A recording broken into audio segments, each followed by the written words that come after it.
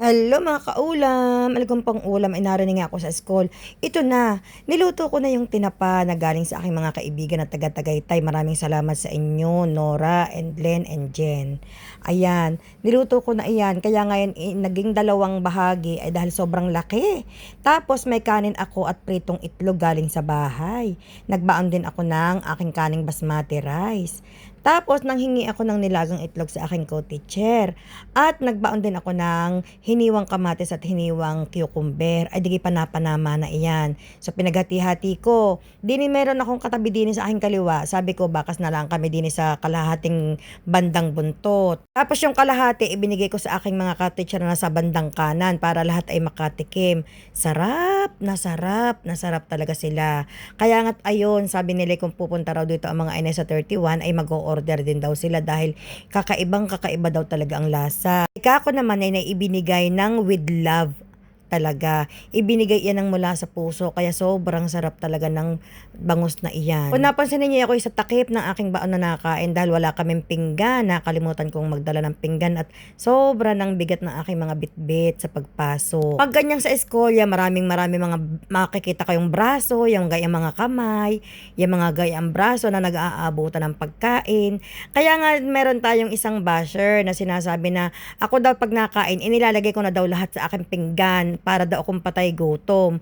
Ay, takot na takot daw akong maubusan. Yan ang iniiwasan ko kaya nilalagay ko ng lahat sa aking pinggan. Yang gayang mayat mayay abot ng abot, yung gayang mayat mayay ako'y nakakaabala sa aking katabi. Eh kung lahat ay nasa pinggan ko na, ay di ako'y hayahay na at ako'y tahimik ang buhay na nakain. Wala akong naaabalang tao. Hindi ganun yung nakukuha ang logic. Na yun ang logic ko. Sana inyong nakukuha.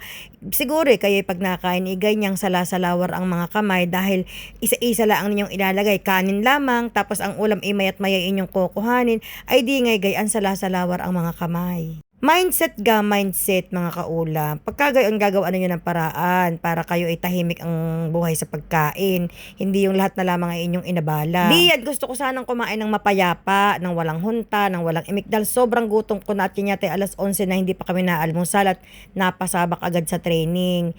Kaso itong mga kasama ko sa trabaho, dahil nga sarap na sarap sila sa, sa tinapa, tanong sila ng tanong saan galing, magkano, saan ko, sino nagbigay. Ang dami nilang tanong. Syempre, hindi pwedeng hindi ako sasagot dahil bastos naman pag hindi ko sila sinagot.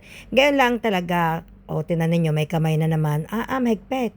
Alam ninyo, yan tinapang iyan kahit balat na kain namin sa sobrang sarap. Habang nakain kami mga kaulam, sila lang yung, ang sarap naman, ang sarap ng tinapa, ang sarap ng daing. Sari-sari na ang tawag nila pero tinapa lang ang kanilang pinag-uusapan. Ako ngayon ako'y mag-o-order ulit sa aking mga kaibigan na taga-Tagaytay. Maraming salamat talaga Nora at Len sa inyong mga dyan sa tinapang ayan. Si Jen naman, salamat ng marami Jen dahil yung yung tamalis na iba ay inabot pa ng ate sa ref ng sa kondo. Sadya kong itinira talaga. Tapos in-steam ko ulit at ipinakain ko sa kanila sa mga inay. Ang inay pa biglang naalaala ang tatay at sobrang sobra daw paborito ng tatay.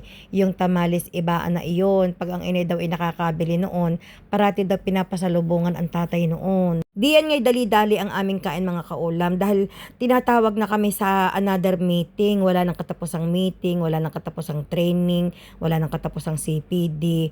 Tapos minsan, babago ka pang nasa call, tatawagin na ulit. Ay hindi ko na maintindihan talaga. Kami ibilis-bilisan diyan ng kain at talagang tinatawag na naman kami. Ikakoy siya, ay mag-meeting na lamang kayo ng inyot. Ako muna kakain pagkaga na rin napaumpisa na mahirap na aring apulain. Ako'y nagkamay na talaga at mahirap yan kung kukutsarahin dahil nasa takip ng baunan.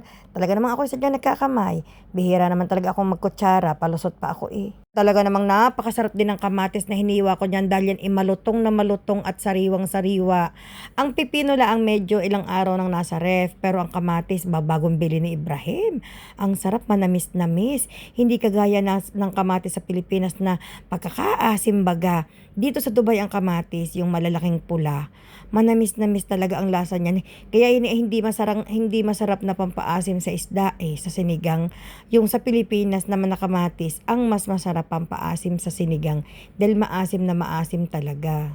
Ang baon naman ng mga co-teacher ko diyan ay yung spam na may itlog, yung pinirito na may itlog, tapos yung iba ang baon naman nila ay hotdog, tapos si Miss Jun nga ang baon ay nilagang itlog, tsaka tubig. Nakakatuwa kami yung kanya-kanya bahagang baon na ganyan.